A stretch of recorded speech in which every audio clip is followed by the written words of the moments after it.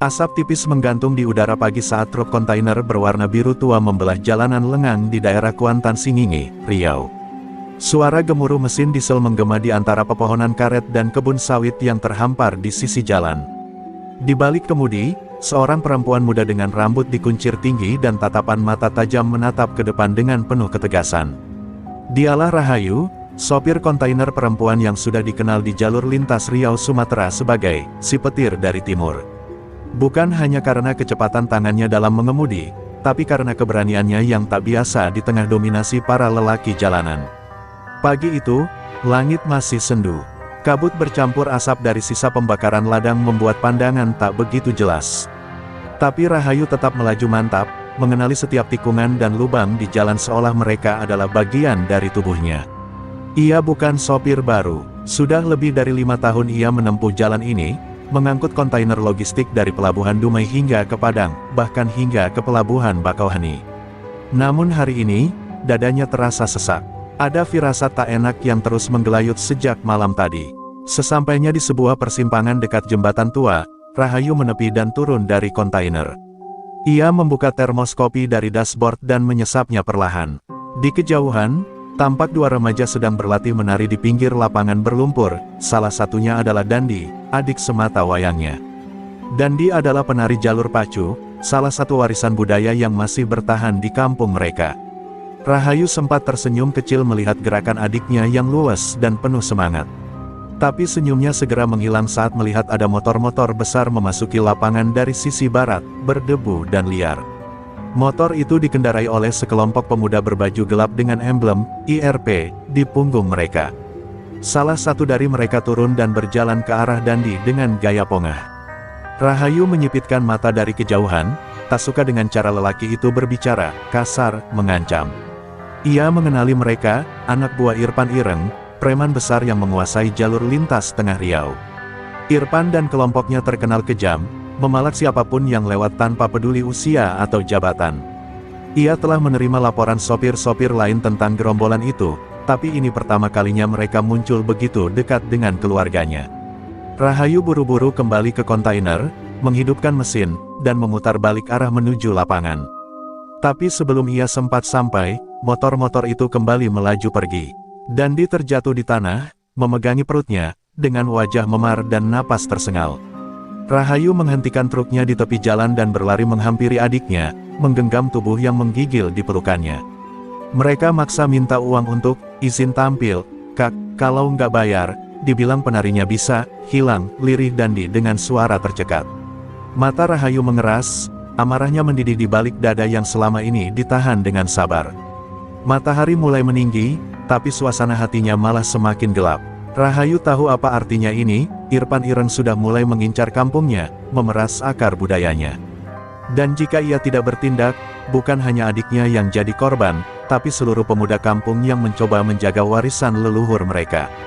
Rahayu menggenggam erat tangan Dandi, membantunya berdiri, lalu menatap ke arah jalan yang barusan dilalui para preman itu. Jalur lintas itu akan menjadi saksi, pikirnya. Saksi kebangkitan amarah seorang perempuan. Ia kembali ke dalam truk, tak berkata sepatah kata pun. Namun tangannya yang menggenggam setir terlihat bergetar, bukan karena takut, tapi karena dendam yang mulai membara. Sesuatu di dalam dirinya mulai terbangun. Sesuatu yang selama ini terkunci, diwariskan dari darah ayahnya. Ilmu itu, sudah lama terkubur. Tapi hari ini, saat adiknya diinjak-injak, jalan itu akan membangkitkan semuanya. Rahayu bukan hanya akan mengantar barang lagi, ia akan mengantar perhitungan. Dan di ujung jalan yang tertutup kabut itu, Irfan Ireng masih tertawa di markasnya. Ia tak tahu bahwa badai telah bangkit, dan badai itu datang dari balik kemudi kontainer biru. Suara air sungai yang mengalir deras menyatu dengan desir angin pagi di tepian Kuantan. Di sanalah, di sebuah dermaga kayu sederhana, Dandi duduk termenung memandangi perahu pacu yang terikat rapi. Matanya masih bengkak dan sudut bibirnya lebam, tapi semangatnya belum padam. Tarian jalur pacu yang ia tekuni bukan sekadar seni, itu adalah bagian dari jiwa keluarga mereka. Dulu, ayahnya adalah pelatih dan pendekar kampung yang juga penabuh gendang pacu, dan ibunya penari lentik yang dikenal di seantero Riau. Kini, darah itu mengalir dalam tubuhnya dan tubuh Rahayu. Rahayu duduk di samping adiknya, diam. Udara terasa berat. Ia menatap air sungai yang mengalir, membawa kenangan masa kecil mereka. Dulu, setiap sore mereka berlatih di tepian ini, dan di menari, dan Rahayu memperhatikan sambil belajar menggenggam kendali mesin truk peninggalan ayah mereka. Kampung mereka adalah kampung budaya. Tapi hari ini, budaya itu diinjak-injak oleh gerombolan yang tak tahu malu. Rahayu mengepalkan tinju, menahan bara yang terus mendidih di dadanya. Kak, kalau aku berhenti menari, mereka nggak akan ganggu lagi kan? Suara dan diliri, penuh luka yang tak terlihat. Rahayu menoleh cepat, menatap mata adiknya dengan pandangan marah. Jangan pernah bilang itu lagi, Ndik. Tarian jalur pacu itu pusaka kita. Kalau kamu berhenti, mereka menang. Kalau mereka menang, semua anak kampung ini akan ketakutan seumur hidupnya. Dandi menunduk, air matanya jatuh perlahan ke papan dermaga. Rahayu merangkul adiknya erat, seperti seorang ibu yang bertekad melindungi anaknya dari segala mara bahaya. Dari kejauhan, suara gong kecil terdengar. Para sesepuh kampung mulai berkumpul di balai adat. Festival budaya tahunan tinggal 2 minggu lagi, dan semua mata akan tertuju pada penampilan Dandi dan kelompok tari jalur pacu. Tapi kini, bayang-bayang Irfan Ireng menggantung seperti awan hitam di atas kepala mereka. Beberapa pemuda bahkan mulai takut tampil. Rahayu tahu, ini bukan sekadar soal preman meminta uang, ini tentang harga diri sebuah kampung yang sedang diuji. Di dalam balai adat, Rahayu diterima oleh Pak Bujang, tetua adat yang juga sahabat mendiang ayahnya. Wajah lelaki tua itu murung. Rahayu, dulu ayahmu pernah mengusir preman dari jalan ini, tapi darah harus dibayar darah. Kau tahu apa yang kau hadapi? Rahayu hanya mengangguk pelan. Saya tahu, Pak, tapi yang mereka injak bukan cuma keluarga saya, mereka injak tanah ini, adat ini, jalur pacu ini. Suasana hening. Di mata Pak Bujang, tampak seberkas keyakinan, bahwa putri dari sahabatnya itu mungkin satu-satunya harapan yang tersisa.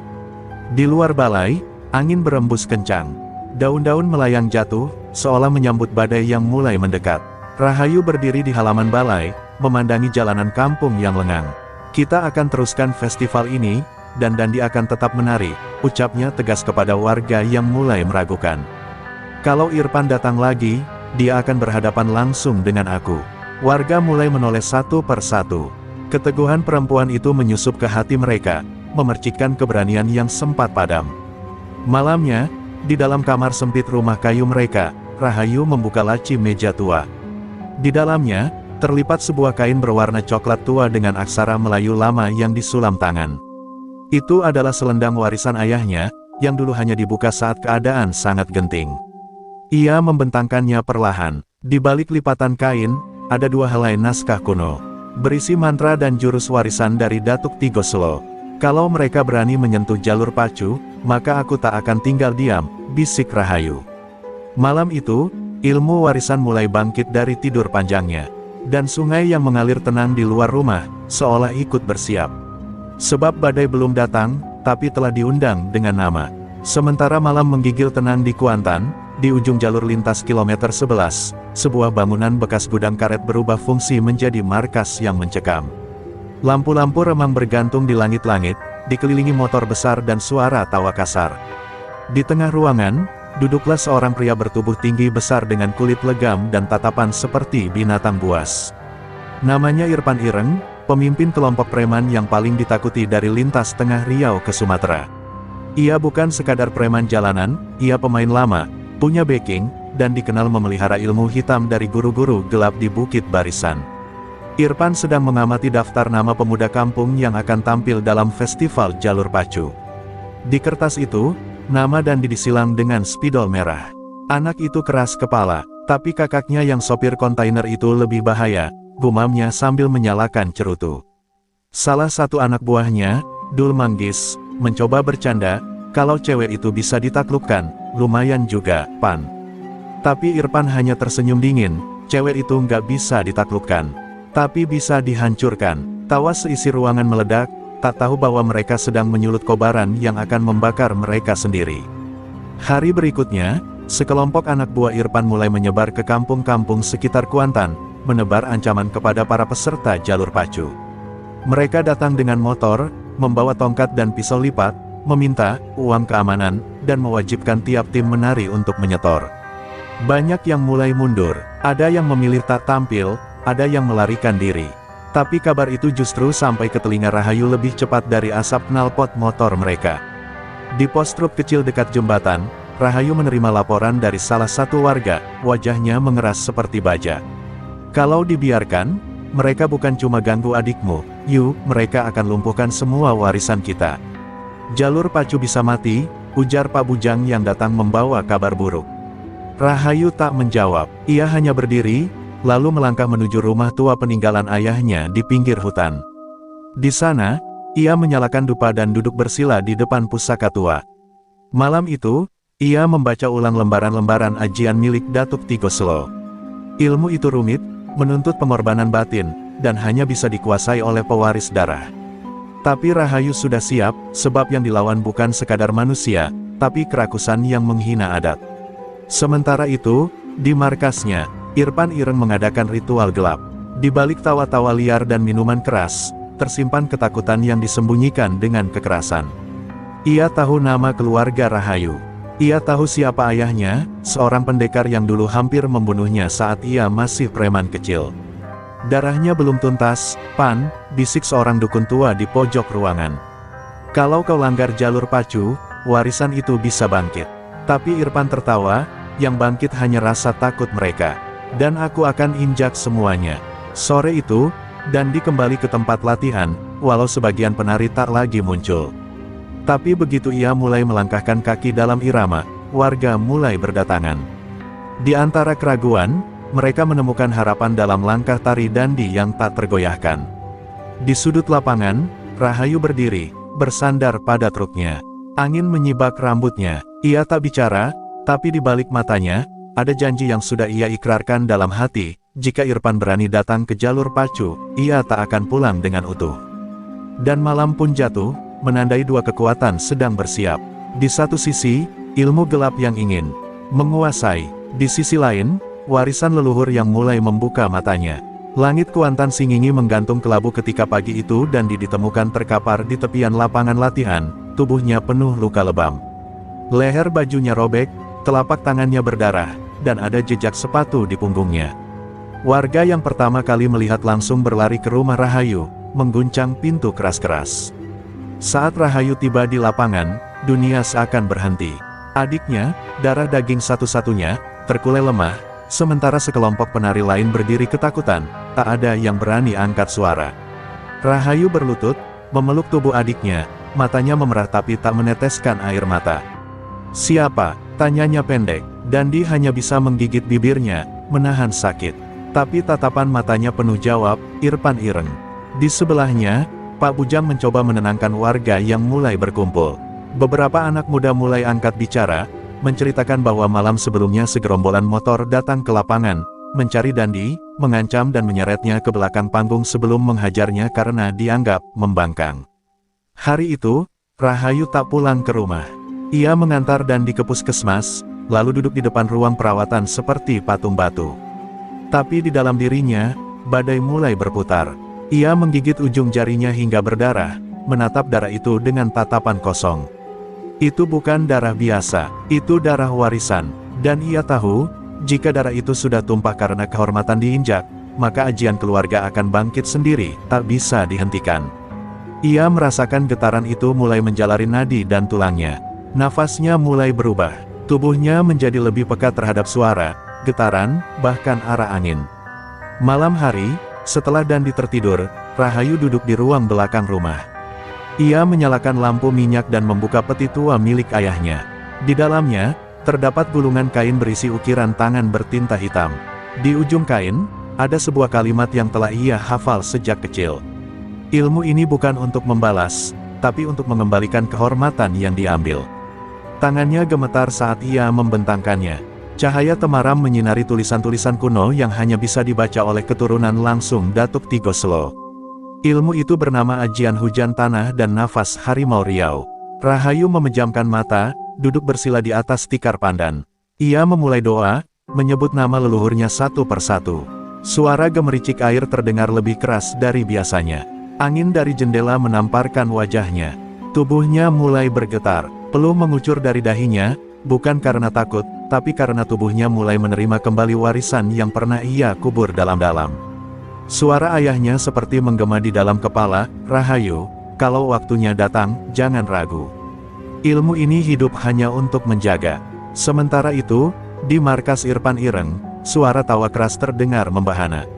Mereka baru saja menerima kiriman uang dari beberapa tim tari yang ketakutan dan memilih menyerah.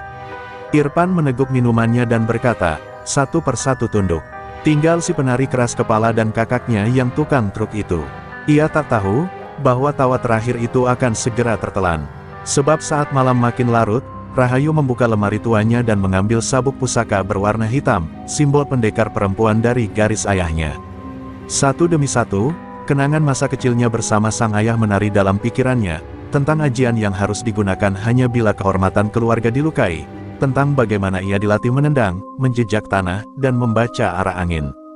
Kini semua itu akan ia jalankan bukan hanya demi Dandi, tapi demi jalur pacu, demi kampung, demi nama keluarganya yang tak akan ia biarkan diinjak oleh siapapun, termasuk oleh Irfan Ireng. Dan saat dini hari datang, Rahayu berdiri di depan kaca, mengenakan pakaian hitamnya, menyampirkan selendang warisan, dan memandang keluar jendela. Tak ada lagi rasa takut, yang tersisa hanya tekad. "Irfan Ireng," bisiknya pelan, "kau sudah salah pala. Sekarang waktunya kau bayar mahal." Di tengah sunyi dini hari, ketika kampung masih terlelap dan kabut tipis menggantung di antara batang-batang karet, Rahayu melangkah menuju hutan kecil di belakang rumah tua peninggalan ayahnya. Disinilah, bertahun-tahun silam, ia pernah digembleng dalam kesunyian. Langkahnya mantap menjejak tanah yang dulu sering dipakai berlatih ajian warisan. Pohon-pohon tua seakan mengenalinya kembali, dan suara burung malam seperti menyambut kembalinya sang pewaris. Tak ada suara manusia, hanya bisikan alam, tanda bahwa tempat ini masih suci, masih menjaga jejak darah keturunan Datuk Tigo Selo. Rahayu duduk bersila di atas batu datar yang disebut batu pusar bumi oleh almarhum ayahnya. Batu itu menjadi tempat meditasi keluarga mereka sejak 3 generasi. Ia menghamparkan selendang pusaka, lalu menyalakan dupa dan membacakan mantra pembuka yang diwariskan secara lisan sejak ia kecil. Nafasnya perlahan menjadi lebih dalam, matanya terpejam, dan aliran energi dari dalam tubuhnya mulai berdenyut ke seluruh pori-pori. Tubuhnya memanas, tapi bukan karena api, melainkan karena darah yang menyala. Ajian nafas harimau riau bukan ajian biasa. Ia menuntut si pewaris untuk membuka 3 lapisan batin, kemarahan, keberanian, dan pengampunan. Hanya ketika ketiganya seimbang, kekuatan sejati bisa keluar. Tapi malam itu, kemarahan Rahayu mendominasi. Ia mengingat wajah Dandi yang lebam, wajah-wajah penari yang ketakutan, dan tawa Irfan Ireng yang menghina warisan adat. Tangan Rahayu mulai gemetar, tubuhnya seperti dililit api yang tak terlihat. Tanah di sekelilingnya bergetar pelan. Daun-daun gugur satu persatu tanpa angin. Tiba-tiba, dari balik pepohonan, terdengar suara langkah ringan. Sesosok perempuan tua muncul perlahan, Mak Endeh, penjaga ilmu warisan yang dulu bersahabat dengan ayah Rahayu. Wajahnya keriput namun matanya tajam dan penuh wibawa. "Ilmumu sudah bangkit, Nak. Tapi amarahmu masih terlalu penuh. Ilmu pusaka bukan untuk membakar, tapi untuk menyinari," ucapnya. Rahayu membuka mata, menatap Mak Endeh dengan penuh rasa hormat. "Tapi bagaimana aku bisa menenangkan batin jika adikku dihina dan adat diinjak?" tanya Rahayu dengan suara bergetar. Mak Endeh mendekat dan meletakkan tangannya di dada Rahayu. "Kemarahan itu bahan bakar, tapi kendalinya harus dari akal. Kalau kau dikuasai api, maka kau akan jadi seperti mereka yang kau lawan." Kata-kata itu menembus ke dalam. Rahayu memejamkan mata lagi, mengatur nafasnya, dan perlahan bayangan wajah Irfan berganti menjadi wajah ayahnya, tenang, sabar, tapi tak tergoyahkan. Getaran tanah berhenti, udara kembali diam, dan di dalam tubuh Rahayu, aliran energi kini mengalir lebih stabil, panas tapi jernih, kuat tapi terkendali. Mak Endeh tersenyum tipis. "Kini kau siap, kau telah membuka tubuhmu menjadi wadah ilmu warisan. Tapi ingat, jangan serang lebih dulu. Tunggu dia menginjak tanah pusaka. Baru kau boleh bergerak." Rahayu mengangguk. Ia tahu aturan itu, ajian warisan tak boleh digunakan untuk menyerang lebih dulu. Ia adalah penjaga, bukan pemburu. Dan jika Irfan Ireng benar-benar datang ke acara jalur pacu, maka itulah saatnya Rahayu membalas, bukan dengan dendam, tapi dengan keadilan warisan leluhur. Saat fajar menyingsing, Rahayu turun dari hutan dengan langkah ringan tapi penuh kuasa. Angin pagi menyibak kain selendangnya yang kini melekat seperti kulit kedua. Ia bukan lagi sekadar sopir kontainer. Ia adalah pewaris ilmu tanah, penjaga jalur pacu, dan api yang tak bisa dipadamkan oleh ketakutan. Di kejauhan, denting gong mulai terdengar, tanda persiapan festival telah dimulai. Dan, di dalam dadanya, ilmu dari darah sudah siap menuntaskan tugasnya. Hari itu langit mendung, awan-awan gelap menggantung di atas kampung, seolah ikut menunggu letusan yang sudah lama ditahan. Festival jalur pacu akan dimulai dalam 2 hari, tapi ketegangan sudah terasa di setiap sudut. Sebagian penari mundur, sebagian warga memilih tutup pintu. Tapi ada satu suara yang tetap berdiri di tengah keraguan, Rahayu. Ia tak lagi hanya dikenal sebagai sopir kontainer tangguh, kini, bisik-bisik tentang Rahayu si pewaris ilmu leluhur, mulai menyebar, menggantikan cerita ketakutan tentang Irfan Ireng. Rahayu duduk di atas kontainernya yang terparkir di pinggir lapangan, mengenakan baju hitam sederhana dan selendang pusaka melilit pinggangnya. Di tangannya, ada rantai kontainer yang biasa ia gunakan untuk mengunci muatan, kini berubah fungsi menjadi senjata. Bukan untuk menyerang, tapi untuk melindungi. Ia tahu, Irfan pasti akan datang. Orang seperti dia tak akan tinggal diam ketika kekuasaannya ditantang terang-terangan. Dan Rahayu sedang menunggu Irfan menginjak tanah yang salah. Sore itu, seorang anak muda berlari tergopoh-gopoh ke arah lapangan. "Kak Rahayu, ada yang datang." Motor-motor dari arah barat, banyak, teriaknya panik. Suasana mendadak tegang. Beberapa warga menyingkir, beberapa lainnya bersembunyi di balik rumah panggung. Tapi Rahayu tetap duduk di atas truknya, matanya menatap ke ujung jalan seperti elang menanti mangsanya. Di kejauhan, suara raungan motor terdengar, seperti gemuruh badai yang datang dari perut bumi. Irfan Ireng dan gerombolannya tiba. Konvoi motor memasuki kampung dengan arogansi, menebar debu dan teriakan. Di barisan depan, Irfan duduk di atas motor trail hitam, mengenakan jaket kulit dan kacamata hitam, diikuti belasan anak buah. Saat melihat panggung jalur pacu tetap berdiri tegak dan warga berkumpul, wajah Irfan menegang. Ia berhenti di depan lapangan dan menatap ke arah kontainer biru, dan di sanalah, berdiri Rahayu, diam tapi menantang, seperti batu karang menunggu ombak. "Rahayu, kau pikir kau siapa?" teriak Irfan sambil turun dari motornya. "Ini jalanku, ini tanah yang aku pegang. Kau mau main api di sini?" Rahayu turun perlahan dari atas truk, langkahnya mantap, rantai kontainer digenggam di tangan kanan. Ia tidak menjawab, hanya menatap mata Irfan dengan sorot tajam yang membuat beberapa anak buah Irfan refleks mundur selangkah. Irfan meludah ke tanah. "Kau perempuan, jangan sok jadi jagoan." Rahayu akhirnya bicara, suaranya datar tapi menghentak. "Tanah ini bukan punyamu. Jalur pacu bukan milik preman. Dan aku bukan perempuan biasa yang bisa kau permalukan." Kalimat itu menusuk seperti pisau. Warga mulai keluar dari rumah. Anak-anak muda mulai berdiri di belakang Rahayu, satu persatu. Dan di antara mereka, Dandi, meski masih luka, tetap berdiri sambil menggenggam selendang tariannya. Semangat baru mulai menyala di kampung itu. Irfan tertawa mengejek, tapi tawanya terdengar hampa. Ia merasa situasi mulai berubah.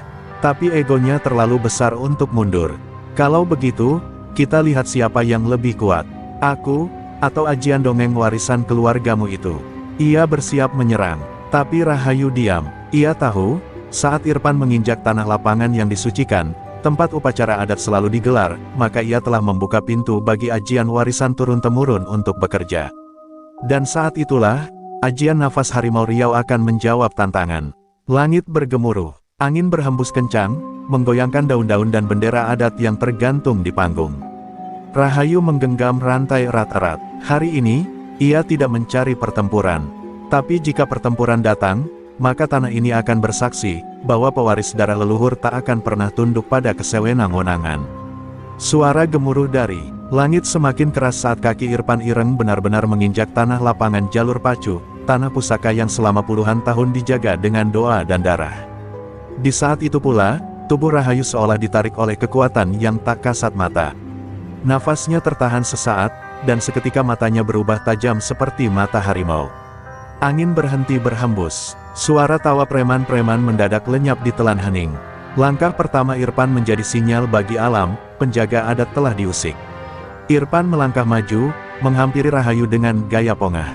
"Kau pikir aku takut sama mitos kampunganmu? Hajar dia!" teriaknya. 4 orang anak buahnya langsung maju serentak. Tapi sebelum mereka sempat menyentuh Rahayu, tubuh-tubuh mereka terpental seperti diterjang angin ribut. Tanpa menyentuh, tanpa bergerak, hanya tatapan dan hentakan kaki Rahayu ke tanah yang kini hidup bersama ilmunya. Warga kampung yang menyaksikan terdiam, antara tak percaya dan kagum. Inilah pertama kalinya mereka melihat warisan leluhur itu bangkit. Irfan terkejut, tapi tak mundur. Ia mencabut sebilah golok pendek dari pinggangnya dan menyerang Rahayu dengan gerakan cepat. Namun Rahayu memutar tubuh, menghindar lincah, dan dengan rantai kontainer di tangannya, ia mengait kaki Irfan lalu menarik keras. Irfan jatuh tersungkur, wajahnya membentur tanah. Rahayu tidak bicara, ia hanya berdiri tegak, rambutnya berkibar, matanya menatap tajam. Tubuhnya kini sepenuhnya dikuasai nafas harimau Riau, gerakan cepat, kekuatan tanah, dan insting tajam tak ubahnya seekor pemangsa yang tenang sebelum menerkam. Irfan bangkit dengan wajah merah padam. "Ilmu sialan!" geramnya. Ia tak tahu bahwa tanah lapangan ini sudah menjadi perpanjangan dari tubuh Rahayu. Setiap langkah musuh yang menyentuhnya, akan memicu reaksi dari ajian warisan. Irfan kembali menyerang, kali ini lebih nekat. Tapi Rahayu mengelak, berputar cepat, lalu menghantam dada Irfan dengan siku kirinya. Irfan terhuyung, terbatuk darah, dan untuk pertama kalinya, ketakutan mulai merayap di wajahnya. Anak buah Irfan yang tersisa tak berani maju. Beberapa mulai mundur perlahan. Di antara mereka, Dul Manggis gemetar sambil berkata pelan, "Itu bukan manusia lagi, itu pewaris Datuk." Suasana di lapangan berubah drastis. Warga mulai keluar dari rumah-rumah mereka, berkumpul di sekitar, menyaksikan pahlawan mereka berdiri tak tergoyahkan. Di sudut panggung, Dandi menangis dalam diam, bukan karena sedih, tapi karena bangga. Kakaknya bukan hanya melindungi dirinya, tapi juga telah membangkitkan harapan seluruh kampung. Rahayu menatap Irfan yang kini tertunduk di tanah. Tapi ia tak melanjutkan serangan. Ia tahu, ajian pusaka bukan untuk membunuh. Ia menarik rantainya dan berkata lantang, "Ini bukan tentang aku. Ini tentang adat, tentang tanah ini, tentang jalur pacu. Siapapun yang menginjaknya tanpa hormat, akan ditelan bumi." Kalimat itu menggema di seluruh lapangan. Seisi kampung bersorak, semangat yang lama padam kini menyala kembali seperti api unggun di tengah badai. Dan di tengah sorakan rakyat, Irfan Ireng yang dulu ditakuti itu kini hanya tinggal bayangan. Tubuhnya gemetar, wajahnya pucat, dan matanya penuh ketakutan yang tak pernah ia rasakan sebelumnya. Sementara itu, Rahayu berdiri di tengah lapangan, bukan sebagai penantang, tapi sebagai penjaga. Langkah pertama telah dimulai, dan dunia akan tahu, bahwa jika perempuan pewaris adat sudah melangkah, tak satu pun preman bisa bertahan.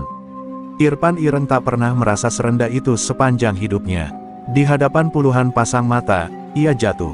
Tubuhnya tak hanya terluka, tapi juga harga dirinya tercabik habis oleh seorang perempuan, dan bukan sembarang perempuan, melainkan pewaris ajian tua yang selama ini hanya dianggap mitos. Namun Irfan bukan orang yang tahu malu.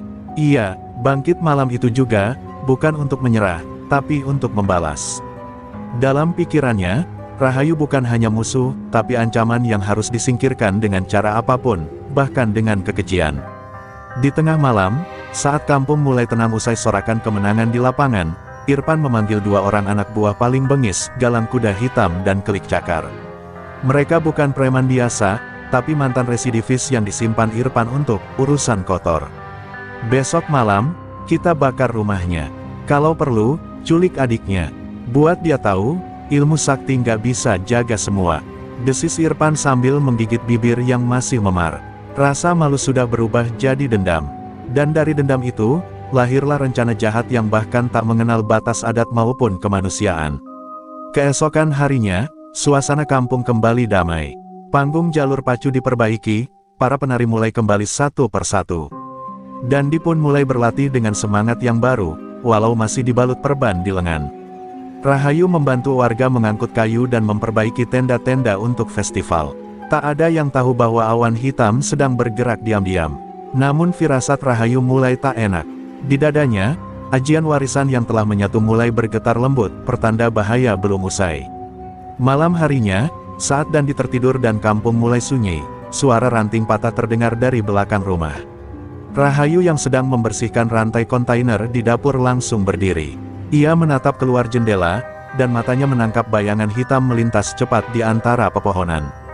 Tak menunggu lama, ia mengambil sabuk warisan dan melilitkannya ke pinggang. Langkahnya tenang, tapi tubuhnya waspada seperti harimau mengintai mangsa. Serangan itu telah datang.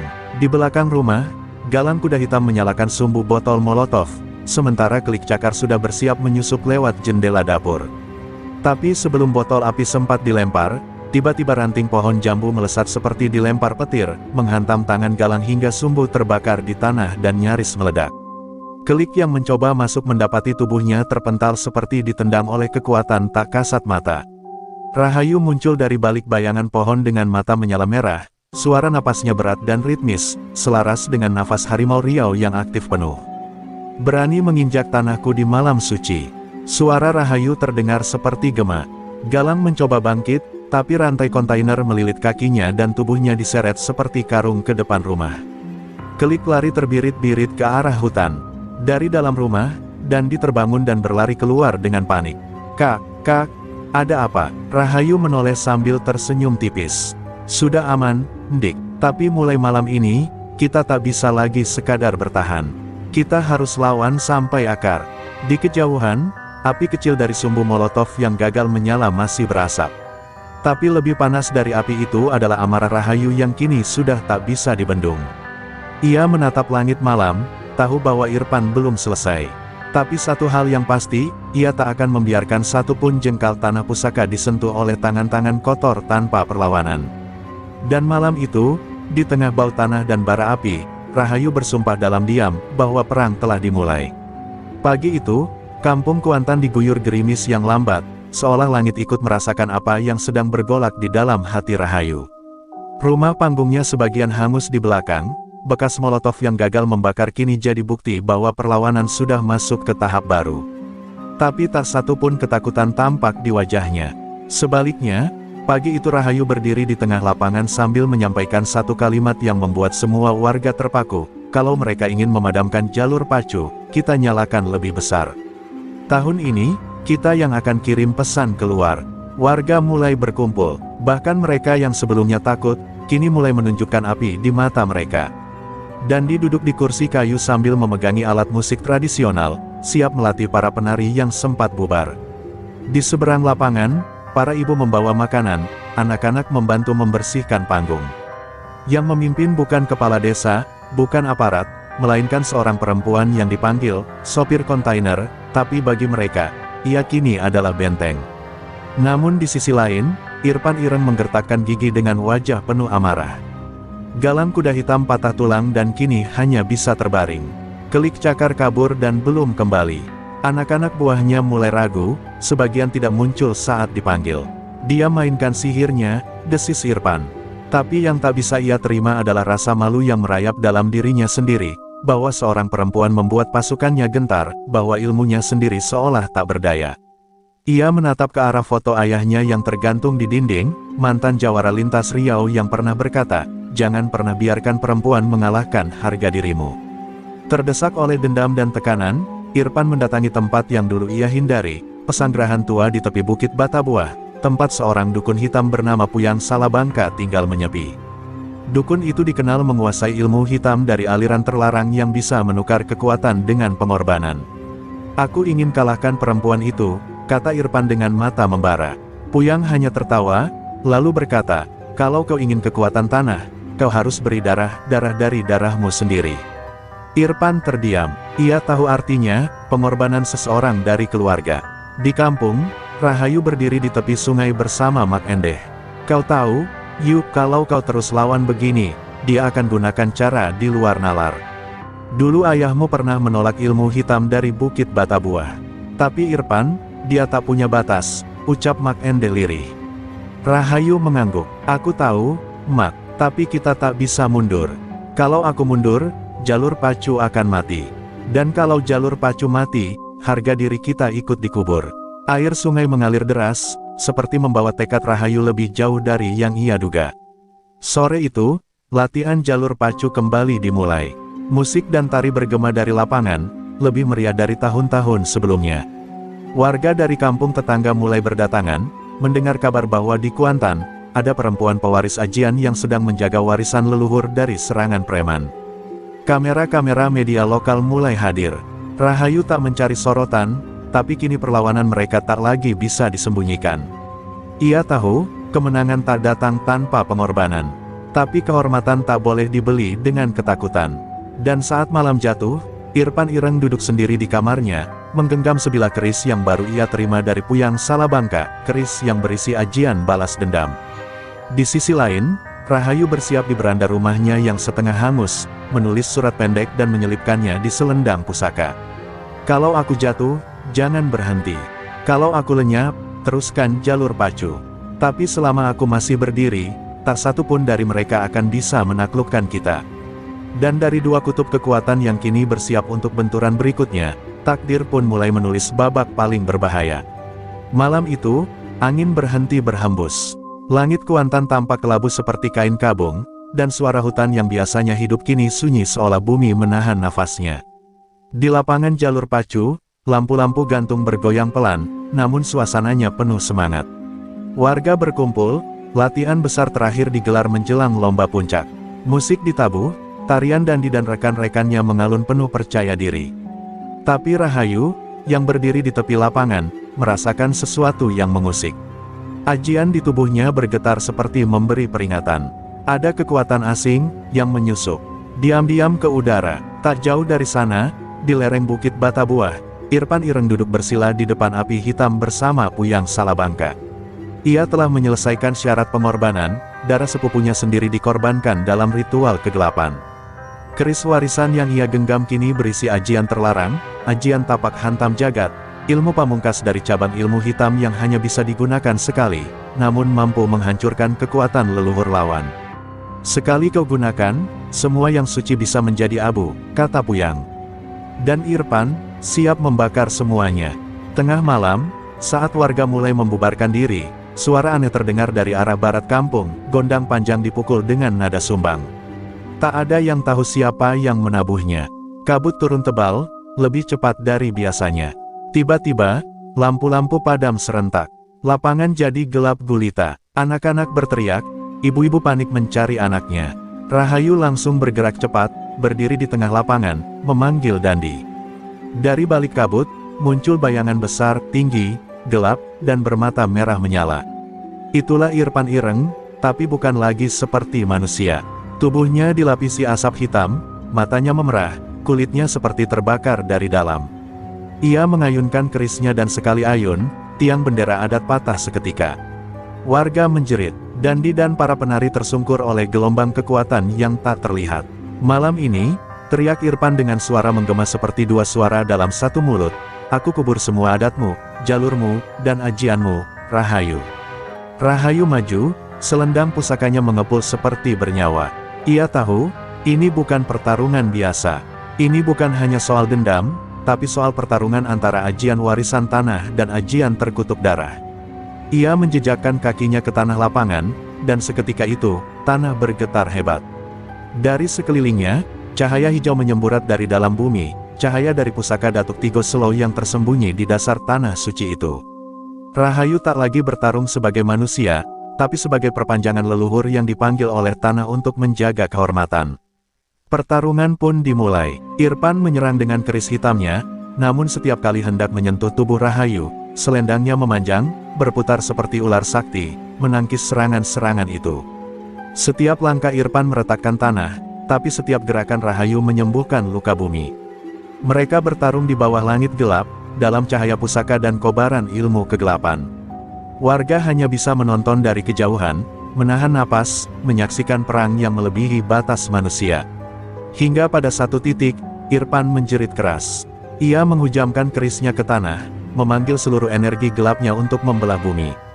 Tapi Rahayu berteriak dengan lantang, memanggil nama leluhurnya, dan menghantam tanah dengan kedua telapak tangan. Tiba-tiba, dari dalam tanah, suara seperti auman harimau menggema, dan cahaya hijau meledak ke langit. Gelombang energi menghantam Irfan dan tubuhnya terpental ke udara, terbakar oleh cahaya suci warisan tanah. Saat tubuh Irfan jatuh tak bergerak, kabut menghilang, lampu kembali menyala. Warga keluar dari persembunyian. Dandi berlari ke tengah lapangan, memeluk kakaknya yang masih bersila, nafasnya terengah-engah. Malam itu, petaka memang pecah, tapi tidak menghancurkan jalur pacu. Sebaliknya, malam itu membuktikan bahwa kekuatan tanah, darah, dan kehormatan tak pernah bisa dipadamkan oleh kegelapan apapun. Pagi menjelang dengan pelan, kabut sisa semalam masih menggantung tipis, namun kali ini bukan menakutkan, melainkan seperti selimut lembut yang menenangkan luka. Di lapangan jalur pacu, tanah yang semalam berguncang kini diam dalam kesucian. Warga mulai keluar dari rumah-rumah mereka dengan hati campur aduk. Mereka menyaksikan sisa-sisa pertarungan yang mengguncang alam dan kepercayaan mereka. Tiang-tiang rusak, panggung sebagian hangus, dan di tengahnya, Irfan Ireng terbaring, tak sadarkan diri, tubuhnya gosong, tapi masih hidup. Rahayu duduk tak jauh dari sana, tubuhnya letih, wajahnya pucat, tapi sorot matanya tetap menyala seperti nyala api kecil yang tak padam-padam. Di sisinya, Dandi duduk sambil memegang tangan kakaknya, seolah memastikan bahwa sang pelindungnya masih di dunia ini. "Kak," bisik Dandi pelan, "apa Irfan akan kembali?" Rahayu menggeleng lemah. Ilmu yang dia pakai sudah memakan separuh jiwanya. Dia bukan lagi ancaman, tapi dendam, bisa diwariskan kalau kita tak hentikan hari ini. Di balai desa, kepala kampung dan beberapa tokoh adat berkumpul. Mereka bingung, Irfan adalah ancaman, tapi membiarkannya hidup bisa jadi bom waktu. Beberapa warga mengusulkan mengusirnya jauh, beberapa lain ingin menyerahkannya ke polisi. Tapi ketika Rahayu datang dan berdiri di hadapan mereka, semua terdiam. "Aku tidak akan membunuh dia, tapi aku minta, seluruh kampung ini berdiri bersama adat. Kalau Irfan kembali main kotor, kita yang akan bergerak. Bukan satu orang, tapi seluruh warisan." Ucapan Rahayu itu menggetarkan banyak hati. Seorang tokoh tua pun berdiri dan berkata lirih, "Kau bukan cuma penjaga, Yu. Kau pengingat. Sudah lama adat kita tertidur karena takut dan uang. Tapi semalam, kami semua melihat apa yang seharusnya kami jaga." Sorakan kecil muncul, dan pagi itu, kesepakatan disahkan, Irfan Ireng tidak akan diadili oleh manusia, tapi oleh adat. Ia dikurung dalam rumah tua terlarang di pinggir kampung, dijaga oleh penjaga adat, sampai ia sadar atau tubuhnya menyerah. Hari-hari berlalu, jalur pacu tetap digelar meski sederhana. Warga tak lagi malu, Dandi kembali menari dengan semangat penuh, dan saat ia melangkah di atas panggung, sorak-sorai pecah. Lagu-lagu tradisional kembali menggema. Kamera-kamera dari luar mulai meliput kisah tentang kampung kecil yang menolak tunduk pada premanisme. Tapi semua tahu, kejayaan ini tak lahir begitu saja, ia lahir dari luka, keberanian, dan pengorbanan. Rahayu sendiri memilih kembali ke truk kontainernya. Ia tak mau jadi tokoh besar, ia hanya ingin jadi penjaga. Tapi di balik kaca depan truknya, kini tergantung sebuah selendang pusaka dan segenggam tanah dari lapangan jalur pacu yang dibungkus kain putih. "Aku akan terus berjalan, tapi adat ini tetap aku bawa," katanya pada Dandi sebelum berangkat ke muatan berikutnya. Dan malam harinya, ketika kampung kembali tenang, Mak Ende berdiri di tepi lapangan dan berkata pada bulan yang bundar penuh, "Api yang dijaga oleh tanah tak akan pernah padam. Selama masih ada darah yang menghormati leluhur, gelap tak akan bisa menang." Di balik semua abu yang tersisa, cahaya itu tetap menyala, dalam hati Rahayu, dalam tarian Dandi, dan dalam tanah yang kini kembali bicara. Hari-hari berlalu setelah malam yang mengubah segalanya. Jalur pacu usai sudah, namun semangatnya masih mengalir di nadi warga Kuantan. Kampung menjadi lebih hidup, tapi di balik semua keceriaan, ada satu perubahan yang tak banyak disadari, Dandi mulai berubah. Setelah pertarungan hebat itu, ia sering terbangun tengah malam karena mimpi aneh. Seekor harimau putih menatapnya di tengah hutan, suara-suara tua memanggil namanya dari dalam tanah, dan satu wajah muncul berulang, wajah ayahnya yang telah lama wafat, mengenakan pakaian adat lengkap. Awalnya Dandi hanya menganggap itu mimpi biasa, tapi ketika ia berdiri di lapangan suatu pagi, tubuhnya tiba-tiba menggigil. Tanpa alasan, ia tahu di mana bekas keris Irfan ditanam. Ia bisa merasakan getaran tanah yang tak stabil, bisa mendengar bisikan-bisikan samar dari arah barat, arah bukit tempat ilmu hitam disemayamkan. Ketika ia menari, gerakannya semakin mantap dan dalam, seolah tubuhnya digerakkan oleh kekuatan yang jauh lebih tua dari dirinya. Rahayu memperhatikan semua itu dengan mata waspada. Suatu sore, Rahayu memanggil Mak Ende dan menunjukkan Dandi yang sedang menari sendirian di lapangan. Ilmu itu mulai bergerak ke dia, Mak, ucap Rahayu lirih. Mak Ende mengangguk perlahan, karena ilmu tanah tak memilih berdasarkan usia. Ia memilih berdasarkan kesiapan jiwa. Rahayu menatap adiknya, hatinya campur aduk. Ia bangga, tapi juga takut. Ia tahu betapa berat beban menjadi pewaris. Ia tahu luka yang ditinggalkan oleh Ajian. Dan ia tahu, Dandi belum siap kehilangan masa remajanya untuk sebuah warisan darah. Malam itu, Rahayu mengajak Dandi berbicara di tepi sungai, tempat mereka dulu sering bermain semasa kecil. Dandi, kalau kau mulai merasakan sesuatu yang aneh, jangan lawan. Tapi juga jangan ikuti tanpa paham. Warisan ini berat, tapi kalau memang kau dipilih, aku akan mendampingimu. Kita jalan bersama, ucap Rahayu. Dandi menatap kakaknya dengan mata basah. Kak, aku nggak tahu kenapa, tapi setiap kali aku nari, rasanya ada yang bimbing. Kadang aku takut, tapi kadang, aku merasa itu panggilan. Rahayu memeluk adiknya erat. Ia tahu, malam itu bukan sekadar percakapan biasa. Itu adalah malam transisi, malam ketika garis warisan berpindah, tidak untuk menggantikan, tapi untuk menyambung. Keesokan harinya, Rahayu membawa Dandi ke hutan kecil di belakang rumah, tempat ia dulu digembleng ayah mereka. Di sana, ia mengajarkan pernapasan dasar Ajian. Dan saat Dandi memejamkan mata, bumi di bawahnya bergetar lembut, tanda bahwa ia diterima. Selama berminggu-minggu, Dandi berlatih diam-diam. Hanya Mak Ende dan Rahayu yang tahu. Tapi kekuatannya tumbuh cepat, bahkan lebih cepat dari Rahayu dulu.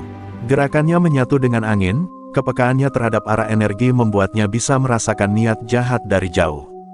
Dan suatu malam, ketika seekor ular besar masuk ke pekarangan rumah warga, Dandi cukup berdiri dan menatap tajam, ular itu membeku dan berbalik arah, seolah tunduk pada aura pewaris baru. Kini, tanah Kuantan memiliki dua penjaga. Rahayu tetap menjadi perisai utama. Tapi Dandi adalah cahaya masa depan, titisan yang tak hanya menjaga jalur pacu, tapi juga seni, adat, dan keseimbangan alam.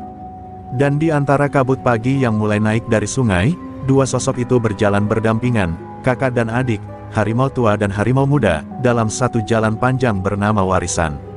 Setelah keheningan panjang pasca Irfan Ireng dikurung dalam rumah adat terlarang, kampung Kuantan kembali menemukan ritme damainya.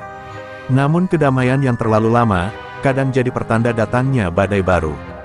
Di sebuah warung kopi tua di ujung jalan selatan kampung, seorang lelaki berambut gondrong dan bertato harimau duduk diam sambil mengamati warga lalu lalang.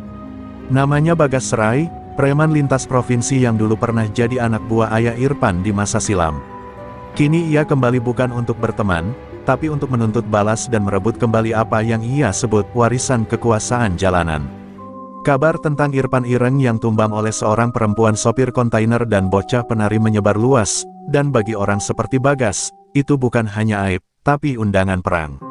Kalau Irfan sudah jadi tumbal tanah, maka aku yang bakal ambil alih wilayah ini, gumamnya sambil mengepalkan tangan. Bersama 3 orang anak buahnya yang dikenal kejam, Pakar, Jibril Gigi Baja, dan Gayo Lubang 5, ia mulai menyusup ke kampung, bukan dengan kekerasan langsung, tapi lewat tipu daya, membagikan uang, membuat warga mulai lengah, dan menyebarkan hasutan pelan-pelan. Rahayu langsung mencium aroma busuk itu. Ia tahu pola seperti ini, bukan menyerang dari depan, tapi menggerogoti dari dalam. Ia mendatangi kepala kampung, memperingatkan bahwa mereka sedang diincar oleh musuh yang lebih licik. Tapi tak semua warga mendengar. Beberapa mulai tergiur bantuan uang dan rokok dari orang-orang Bagas. Mereka lupa betapa mahalnya harga kedamaian yang baru saja mereka bayar dengan darah dan keberanian. Kalau tak waspada, kampung ini akan kita kubur dengan tangan kita sendiri, kata Rahayu pada Mak Ende. Di sisi lain, Dandi merasakan keanehan dalam latihannya. Getaran tanah yang dulu lembut, kini terasa berat. Energi di lapangan jalur pacu berdenyut tak beraturan. Ada yang salah, ucapnya lirih. Ketika malam datang, Dandi bermeditasi di bawah pohon waru tua dan mendengar suara yang tak asing, suara ayah mereka. Ujianmu belum usai, nak. Musuhmu bukan cuma yang membawa senjata, tapi juga yang menebar racun dalam hati kaummu sendiri. Dandi membuka mata dengan nafas memburu. Ia tahu, ia harus bertindak. Rahayu memutuskan untuk tak langsung menyerang Bagas. Ia mengundangnya bicara di tengah lapangan, di hadapan warga. Sebuah langkah berani yang bisa berubah jadi jebakan. Dan benar saja, Bagas datang, dengan senyum sinis dan jaket kulit, membawa karisma licik yang bisa membelah pikiran orang yang lemah. Saya hanya mau bantu kampung ini. Saya bawa logistik, saya bawa uang. Apa salahnya, katanya, menyapu pandang ke warga. Beberapa mulai mengangguk setuju, tapi sebelum suasana benar-benar berbalik, Dandi maju ke depan, berdiri di samping kakaknya. Dengan suara gemetar tapi tegas, Dandi berkata, kami sudah lihat apa yang terjadi kalau kita pilih kekuasaan daripada kehormatan. Aku anak kampung ini, aku yang akan mewarisi tanah ini. Dan aku tidak akan biarkan siapapun membeli jalur kami dengan uang haram. Kalimat itu membuat beberapa warga menunduk. Tapi Bagas tertawa keras. Anak kecil belajar pidato sekarang. Hahaha, kamu pewaris. Kita lihat nanti, kalau kamu sanggup berdiri setelah aku kirim mimpi buruk ke kamarmu. Sejak malam itu, teror mulai muncul. Warung milik warga pendukung Rahayu dilempari batu. Sumur belakang rumah Mak Endeh dicemari. Bahkan patok suci di ujung lapangan ditemukan tumbang dan patah. Rahayu dan Dandi tahu, ini bukan lagi sekadar gangguan. Ini peringatan bahwa mereka akan segera diserang, bukan hanya dengan fisik, tapi juga dengan siasat dan kehancuran batin.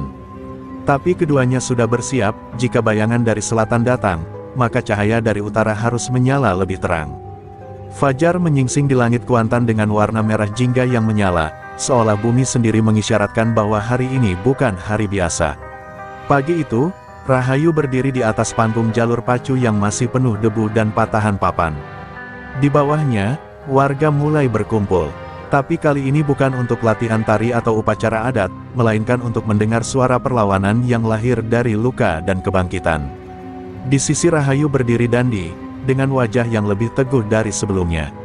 Kalau bayangan datang dari selatan, seru Rahayu lantang, maka cahaya akan menyala dari utara. Dari kita, warga saling pandang. Beberapa masih ragu, trauma lama belum sepenuhnya hilang. Tapi ketika Dandi maju ke depan, dengan selendang pusaka di tangan dan mata penuh tekad, suara hatinya menyentuh akar batin semua yang hadir. Aku bukan siapa-siapa, tapi aku anak kampung ini. Kakakku melindungi tanah ini, dan sekarang, aku ikut berdiri. Jangan biarkan tanah kita diinjak dua kali oleh orang yang hanya tahu uang dan ancaman. Suara anak muda itu membuat dada warga bergetar. Mereka teringat bahwa kekuatan tak selalu datang dari senjata, tapi dari keberanian untuk bertahan. Rahayu tak tinggal diam. Ia menyusun siasat. Ia memanggil kembali para pemuda kampung yang pernah lari ke kota. Ia mendatangi satu persatu tokoh tua yang dulu diam karena takut. Ia ajak mereka bicara, buka hati, buka luka, dan minta mereka berdiri kembali sebagai penjaga adat, bukan sebagai penonton sejarah. Hasilnya, malam itu, api unggun dinyalakan di tengah lapangan, bukan untuk ritual, tapi sebagai sumpah bersama, bahwa siapapun yang datang mencemari tanah ini akan dilawan oleh seluruh darah kampung. Bagas dan anak buahnya tidak tinggal diam. Mereka mulai menyebar teror lebih masif. Jibril Gigi Baja menyusup ke rumah warga dan mengancam keluarga yang mendukung Rahayu. Pakar menyebarkan racun di sawah-sawah kecil. Tapi semua itu tak lagi mempan seperti dulu. Karena sekarang, warga melawan balik. Mereka tak hanya berani mengusir, tapi juga melindungi satu sama lain. Cahaya yang dulu hanya satu, kini sudah ratusan. Dan itu membuat Bagas murka. Ia tahu, jika tidak segera menyerang langsung, pengaruhnya akan sirna. Malam keempat sejak api unggun dinyalakan, Bagas mengumpulkan anak buahnya dan berkata, besok kita ratakan lapangan itu. Bakar semuanya. Kalau Rahayu dan bocah itu muncul, habisi. Jangan pakai siasat lagi. Kita gunakan kekerasan, karena mereka hanya tahu takut kalau melihat darah. Perintah itu disambut tawa gelap oleh para bandit. Tapi di sisi lain, Rahayu sudah bersiap. Ia dan Dandi memasang penanda energi di titik-titik rawan.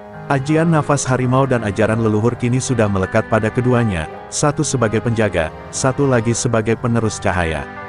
Dini hari menjelang, langit mendung, angin bertiup kencang. Di kejauhan, suara langkah berat dan derap sepatu bot mulai terdengar. Puluhan preman memasuki perbatasan kampung dengan membawa obor, parang, dan niat kehancuran. Tapi yang mereka lihat di ujung lapangan bukan warga ketakutan, melainkan ratusan orang berdiri berbaris, di tengahnya Rahayu dan Dandi, dengan pakaian adat lengkap. "Kalian datang dengan api," kata Rahayu lantang, "kami menyambut dengan tanah dan cahaya. Tapi ingat, tanah ini punya lidah, dan lidahnya tajam." Dan ketika langkah pertama Bagas memasuki tanah lapangan jalur pacu, bumi bergetar, bukan karena takut, tapi karena marah.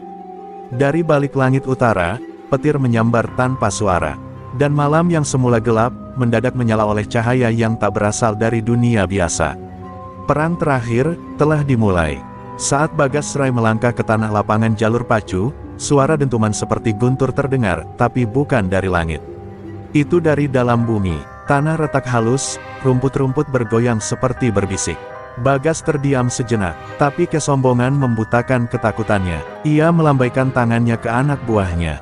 "Hajar semuanya!" teriaknya. Puluhan preman berlari menerobos pagar warga, namun mereka tak menyangka akan menemukan perlawanan sekuat itu. Warga berdiri tanpa gentar, pemuda-pemuda kampung membentuk lingkaran pelindung.